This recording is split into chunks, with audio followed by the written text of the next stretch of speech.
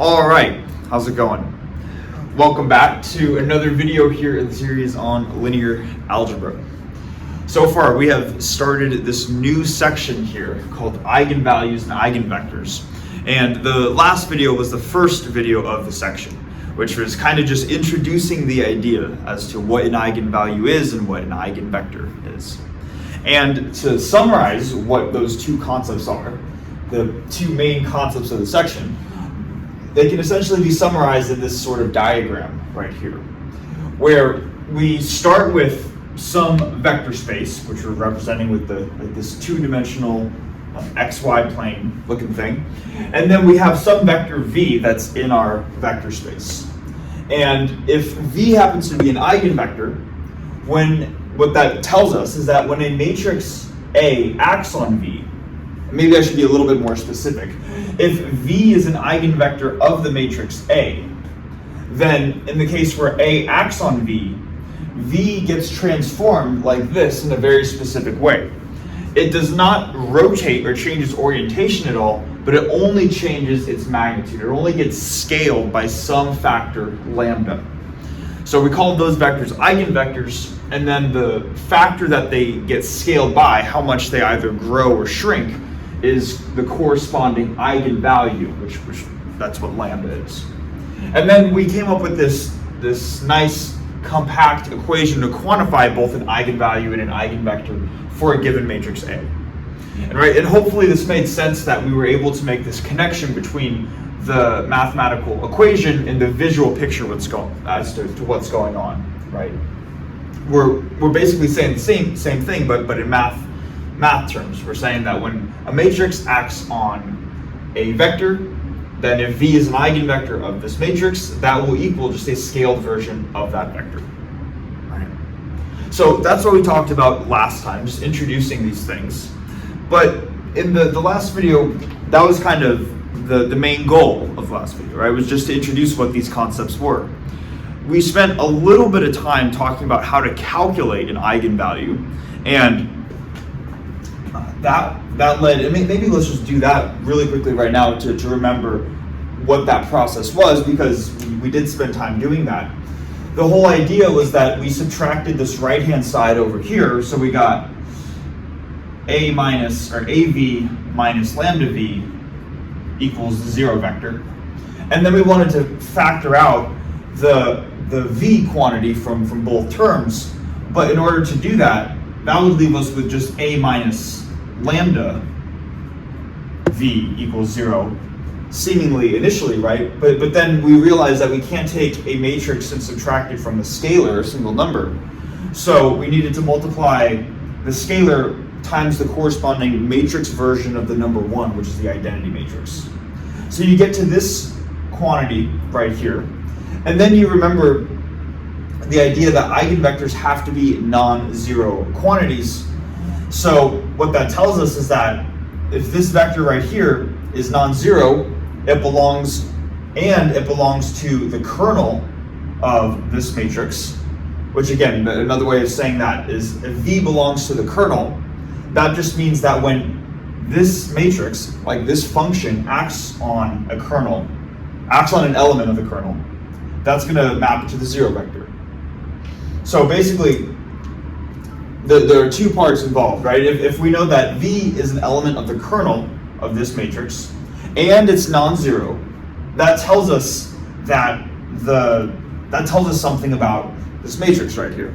That tells us that it has a non-trivial kernel, and functions that have that, or more specifically, matrices that have a non-trivial kernel have the property that their determinant is zero. So this, with those facts, tells us that the determinant of A minus lambda I equals zero. And what you could do is this was what we call the characteristic equation. And if you ended up solving this, you're going to get a polynomial in terms of lambda, and then actually solving for the roots of that polynomial, or solving for the different eigenvalues of this matrix A, right? So that was what we described in the last video as well. That is kind of the process about how to calculate the eigenvalues of a matrix. But also, we kind of left it there, right? We didn't say, okay, well, that's how we calculate the eigenvalues, but also how do we calculate the corresponding eigenvectors, right? Because after all, it does seem like this picture going from here to here is predominantly based around the fact, or like the main subject in these two pictures is the vector v. That is the thing that is getting transformed. So understanding how to calculate that would probably be a nice thing to do, rather than just this scalar quantity lambda right here. And that's what this video is going to be about. So we're going to say, all right, let's actually go through some examples of how do we calculate eigenvalues, how do we calculate their corresponding eigenvectors, and then also how do we calculate these things called defects of eigenvalues. Now, we've gone through eigenvalues and eigenvectors, but we haven't gone through defects yet. So the first part of this video is just going to be describing the necessary concepts needed to understand, well, what is a defect of an eigenvalue? And then after that, we're going to go through some examples to actually calculate these things. Okay. So hopefully that makes sense. And let's get started with the first part then, which is saying, okay, well, what are these things called defects? And hence the one of the terms in the title of the video. Well, it turns out that defects are not these things that you can just immediately state in one sentence. There is a set of background concepts needed to build up to what a defect is. So that's what we're going to do to start. I'm going to write out the first set of concepts, or the first concept, which hopefully this one's going to sound familiar. It's just the multiplicity, or the idea of multiplicity. But we're going to go through that first. So I'm going to erase the board, and then we're going to go through that.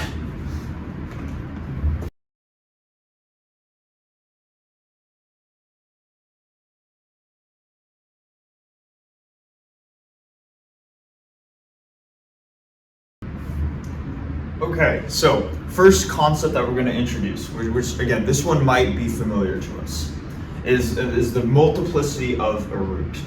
So personally, I think the definition, while it's very accurate, can be maybe a little bit confusing, or maybe not. Maybe you're like, that makes sense. But if it doesn't, we're going to go through just a quick example where I think the example will help us see, okay, that's what that thing is, multiplicity.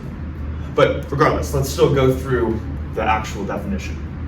So it says that for the multiplicity of a root, the root z equals omega has a multiplicity of k if this quantity z minus omega to the k is a factor of some polynomial p of z, but z minus omega to the k plus 1 is not a factor of this polynomial p of z, or p of z. Okay. And again, this might seem initially a little bit confusing, but I think with the example, it'll make sense. So if we just go through a quick example, let's say we have this polynomial, it's a cubic polynomial, z cubed minus z squared minus z plus 1 equals 0. So this is a cubic polynomial, so we know that it should have 3 roots, or in other words, 3 values of z, which allow this equation to be true. And it turns out that you can take this cubic polynomial and you can factor it. And maybe let's just go through the process of doing that. So within these first 2 terms, I can take out a factor of z squared. So if I do that, I have z squared, and then I'm left with, in the first term, I'm left with just z. And then in the second term, I'm left with minus 1. And then ideally, with these next 2 terms, I want to factor something out so that the term in parentheses is still the same. So I have plus something times z minus 1 equals 0, right? And then we just ask ourselves, well, what does that something need to be? And it turns out that is the quantity, negative 1. Because then you have negative 1 times z is minus z, and then negative 1 times negative 1 is positive 1. So this is the way that you can factor this. And then just as the next step, you can factor this even more into z squared minus 1 by taking, or let me do this. Hopefully we already are familiar with this, but if not, we can factor out the term in parentheses from each of this term and this term. Each of those have a factor of z minus 1, right? So if I pull z minus 1 out, what I'm left with in the first term is z squared, and the second term, z minus 1 equals 0. And then if I just simplify this is a difference of squares, right? So then I get z minus 1, z plus 1, z minus 1 equals 0. And at this point, any of those terms could be 0, so then you just solve these individually to find out what each of the three roots are. But that is not supposed to be the new part here, the part that defines the multiplicity. The part that defines the multiplicity is how many times each of these roots actually show up, because that's really all this thing right here is saying for the multiplicity. So if we set each of these terms to 0, we would get plus 1 right here, right? Because 1 minus 1 is 0. We get negative 1 here, and then we get plus 1 here. So really, all the multiplicity is saying is that if we were to replace omega with either minus 1 or plus 1, those plus or minus 1 would be the two roots to the equation. And we would say that negative 1 has a multiplicity of 1 because it shows up once right here. And plus 1 has a multiplicity of 2 because it shows up 2 times right here. And the way that it connects back to the actual definition is because you can imagine just combining this term right here to this term, so that another way of writing this is z minus 1 squared z plus 1, right? And then maybe let's relate it to this definition. It says that z equals omega has a multiplicity k if z minus omega to the k is a factor of p to the z, or p of z. So we replace omega with positive 1 and k with 2. We see that z minus positive 1 raised to the 2 is a factor of the polynomial, but z minus 1 to the 2 plus 1, or z minus 1 cubed, is not a factor of the polynomial. Therefore, the multiplicity of plus 1 is 2. That's how it relates to the definition. But just, I think the more simple way of thinking about it is how many times do these numbers show up if you solve for the roots like this, right? So, and again, maybe we're already familiar with that, and I hope we are. But yeah, assuming this makes sense, this is just the multiplicity of a root. What we're going to do now, though, is we're going to not just look, we're going to use this to talk about a certain type of multiplicity of eigenvalues. It turns out there are there are two primary definitions for the multiplicity of an eigenvalue. And the first definition for the multiplicity of an eigenvalue is called the algebraic multiplicity. And it's based around this idea right here, which is why we're introducing it first. So assuming this makes sense, I'm going to write out then what that concept is, the algebraic multiplicity of an eigenvalue. And then we're going to go through that together.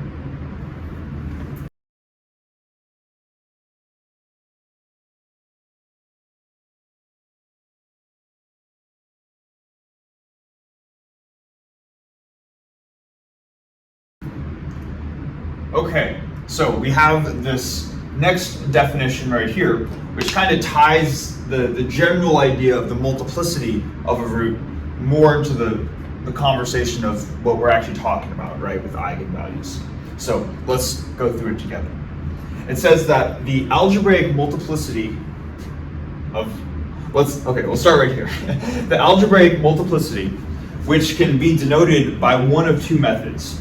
Well, either uppercase M of lambda or M sub lambda.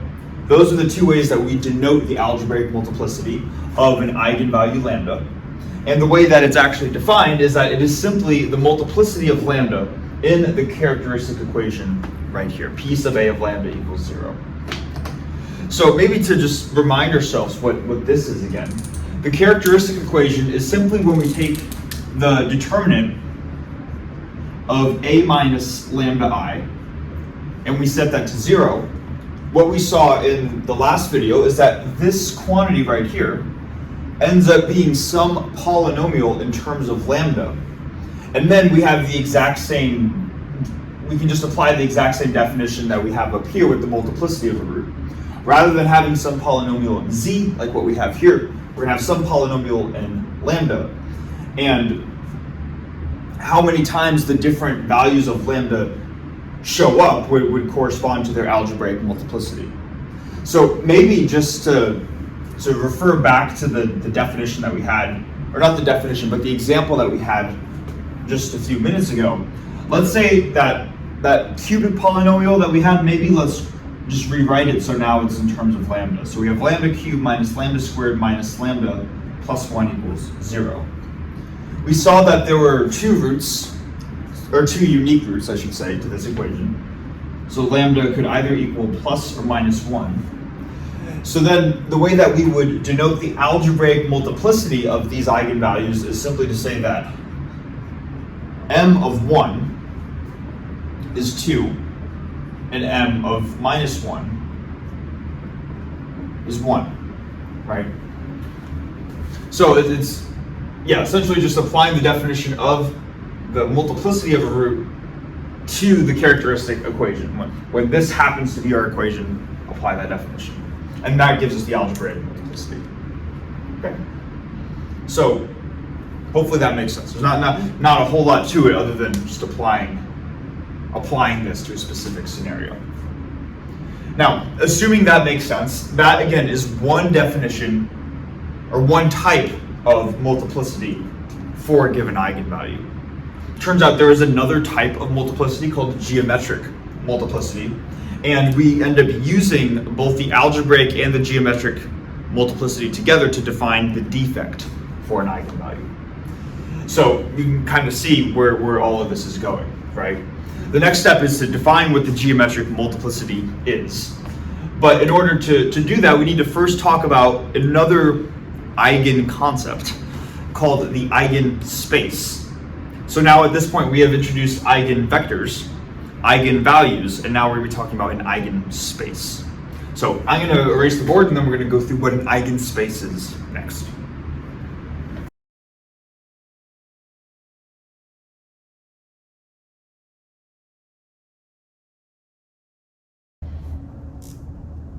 Okay, so we have this new eigen concept called the eigenspace. And simply put, the eigenspace, denoted by E sub lambda, is going to be the kernel of the matrix A minus lambda I. And while this is the definition for the eigenspace, I think that the definition could be, again, it's one of these things that might be a little bit confusing at first, if it's not explained at least, so it's definitely worth explaining. So if we were to just take this as a definition, it is the kernel of this matrix right here, because after all, this is a difference of two matrices, one minus the other. So the overall quantity is the resulting matrix.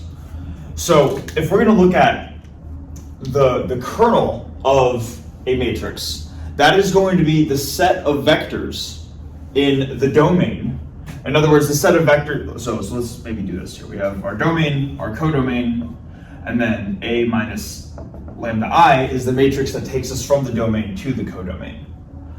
Elements in the kernel of this matrix are the elements that are going to be in here, such that when A minus lambda I acts on these domain elements, it maps us to the 0 element in the codomain.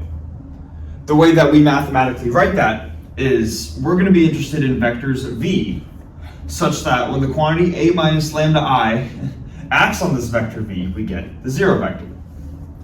And at this point, this should hopefully look somewhat familiar, right?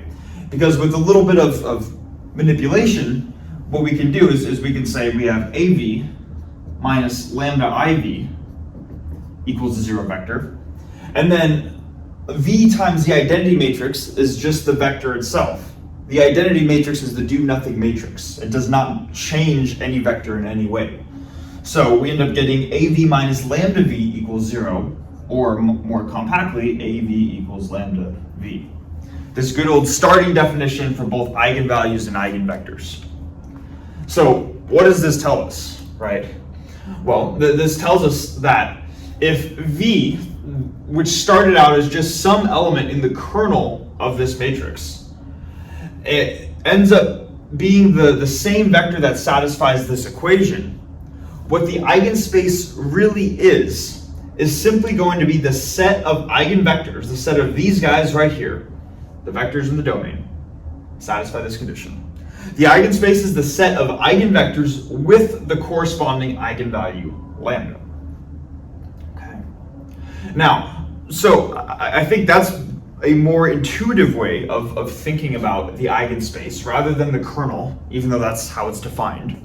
It's just going to be the set of eigenvectors with the eigenvalue lambda. It's important to keep in mind, because we haven't done a whole lot of plugging in specific numbers yet, that the eigenspace is not all eigenvectors, right?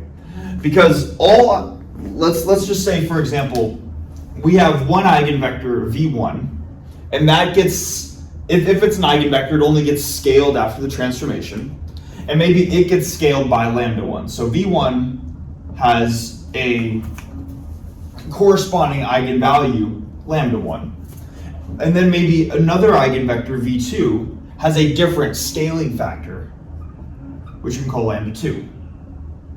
So in this case, if we have two eigenvectors right here, but we're interested in the eigenspace maybe E sub lambda 1, the eigenspace for this specific eigenvalue, then only this eigenvector and all other eigenvectors with this eigenvalue belong to the eigenspace.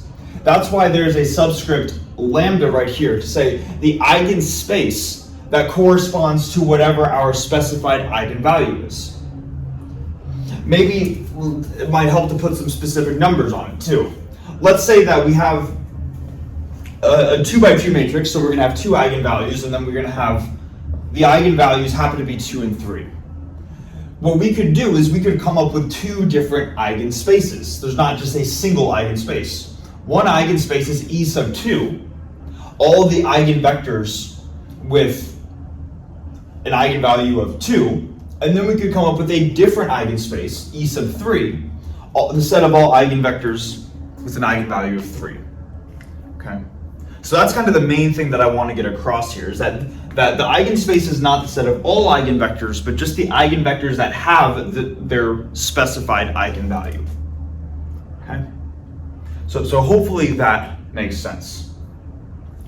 Now, what's important to keep in mind for the next definition, which is going to be the geometric multiplicity of an eigenvalue, is, you know what, I think actually I'm gonna start explaining this without having the definition on the board. I don't want to do that.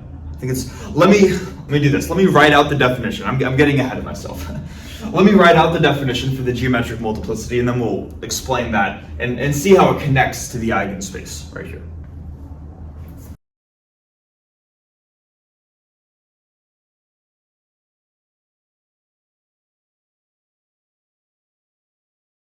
All right, so now we have this concept here called the geometric multiplicity of an eigenvalue. So let's unpack this together. So it says that the geometric multiplicity, which can be denoted rather than uppercase m's as lowercase m of lambda, or m sub lambda. These are as opposed to the algebraic multiplicity, which had uppercase m's. So this is how we can represent the geometric multiplicity of an eigenvalue lambda. And the way that it is defined is it is the dimension of the eigenspace E sub lambda. Okay. And I think, like with the eigenspace, where you have this definition, but the more intuitive way of thinking about it, which is still probably correct, or not probably, it still is correct, is the more intuitive way of thinking about the eigenspace is the set of all eigenvectors with corresponding eigenvalue lambda. There's a similar way of thinking about this as well. Rather than just thinking about the geometric multiplicity as the dimension of the eigenspace, what we can do is we can unpack this a little bit to gain a better picture as to what's going on. So the first thing, and what I wanted to say a couple minutes ago, was that the kernel, we have already shown that the kernel the kernel of some matrix is itself a vector space. And that tells us something, is that it is a subspace. Let's do this here. If we have A minus lambda I, this is our domain, this is our codomain, and maybe this subspace is the kernel. The fact that this kernel itself is a vector space tells us that this vector subspace has a corresponding basis that you can define on that vector space, right? Every vector space can have a basis defined on it, or it has some corresponding basis, right? So we can ask ourselves, well, what is the basis?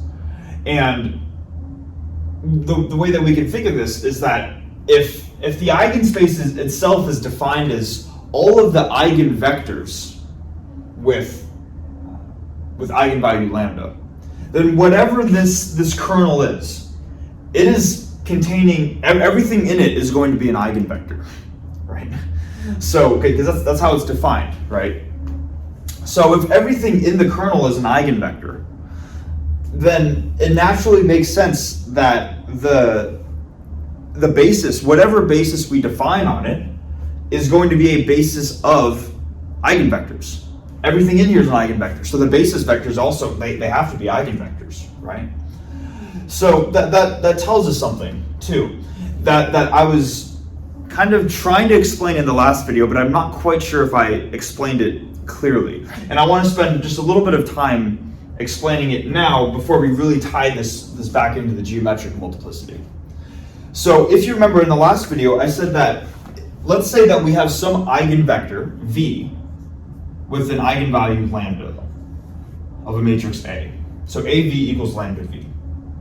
I then made the subsequent claim, the follow-up claim to this, that if V is an eigenvector of A with eigenvalue lambda, then any scaled version of V is also an eigenvector of A with the same eigenvalue lambda.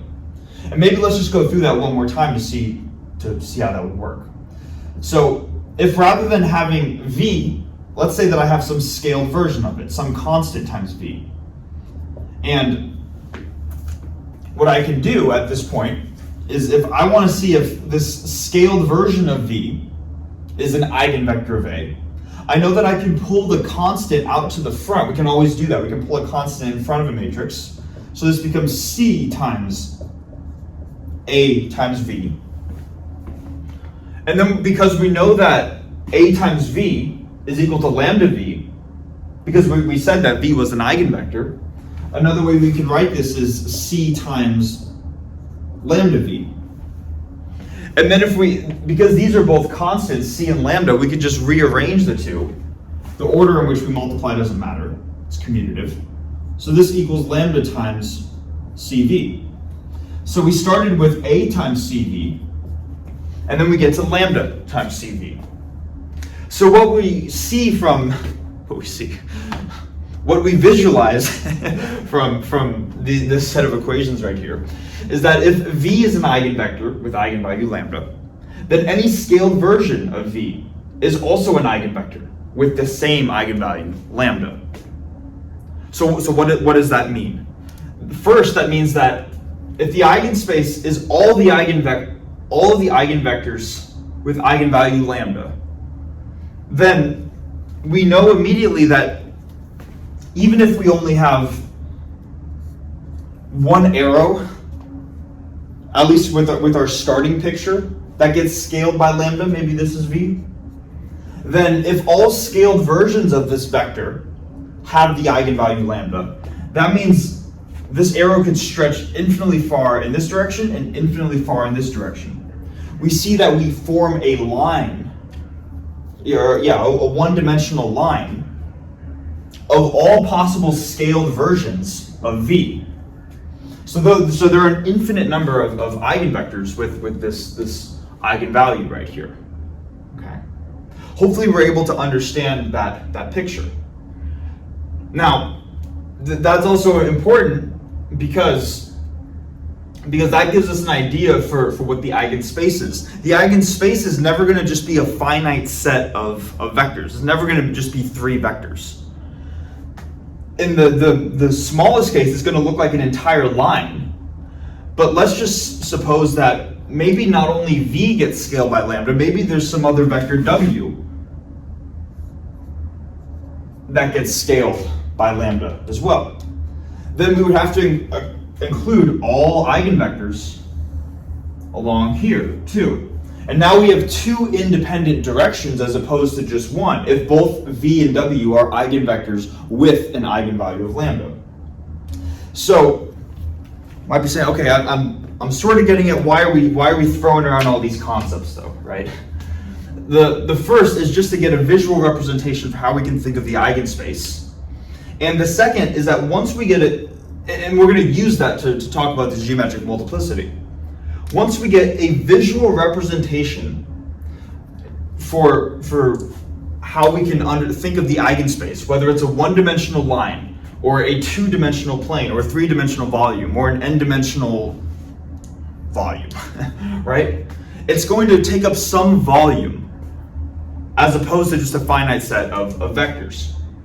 Now, if we understand that, then this allows us to just think of the dimension of whatever this volume is. If we only have a single v that gets scaled by lambda, then we're only going to have this one line right here. And you can imagine this line has a dimension of 1. So the geometric multiplicity for lambda all of a sudden becomes 1. But now let's suppose that v and w, they're both eigenvectors with eigenvalue lambda. So then it seems that like out of these two independent directions, we could form a plane from the span of these two vectors v and w. So now if we imagine, well, how many dimensions is a plane? Well, that's two-dimensional. So the geometric multiplicity of whatever the eigenvalue is for these guys would be 2.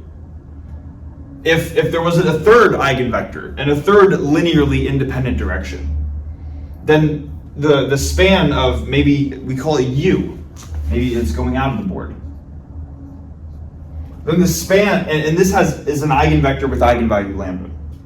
Then the span of u, v, and w would be a three-dimensional volume, and then the geometric multiplicity of that eigenvalue would be 3. So whatever the dimensionality is of the vector space formed from the eigenvectors with eigenvalue lambda, that is what the geometric multiplicity is. That's a lot of words, isn't it? I feel like I should probably concisely state this. And Dexter does a better job than what probably I just did right there. But so that's why I'm going to include it right now. Another way of thinking of the geometric multiplicity is the maximum number of, I'm going to say maximum number of linearly independent eigenvectors with eigenvalue lambda. Okay.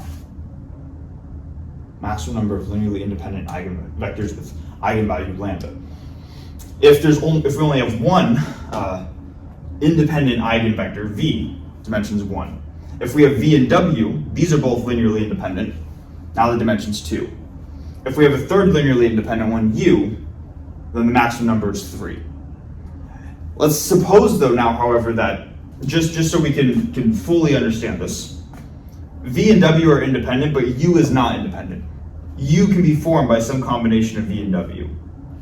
Then we would still say that this would just be another vector in the two-dimensional plane. Or in other words, we would still only have two linearly independent eigenvectors, and hence the dimensionality of this space would still be 2. The geometric multiplicity would still be 2. Okay. So a little bit more of an abstract concept, but I hope this makes sense. This one admittedly can take a little bit of time to think about too. Just wrapping our heads around the fact that the eigenspace is going to contain an infinite amount of vectors in the first place, which is shown right here. And then if you can imagine what space is filled by those infinite amount of vectors, and then what's the dimensionality of that space. But hopefully that makes sense. Okay. Now, assuming this makes sense, what we're going to do is we're going to combine kind of everything into one concept, and that's going to allow us to introduce the defect. So I think what I'm going to do is I'm going to write out the algebraic definition and then the geometric definition side by side. Those get combined into this thing called the defect, which we're going to define next.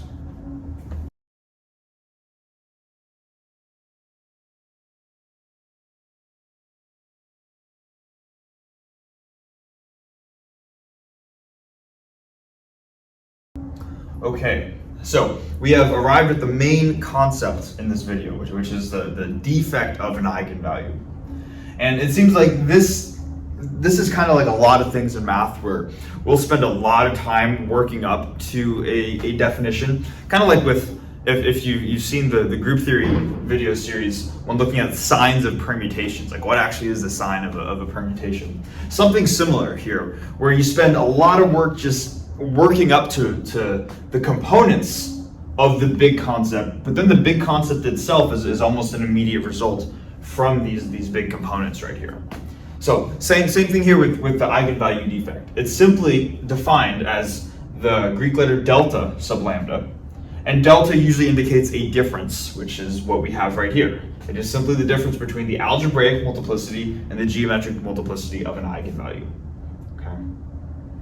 Now, one of the only properties that we need to keep in mind.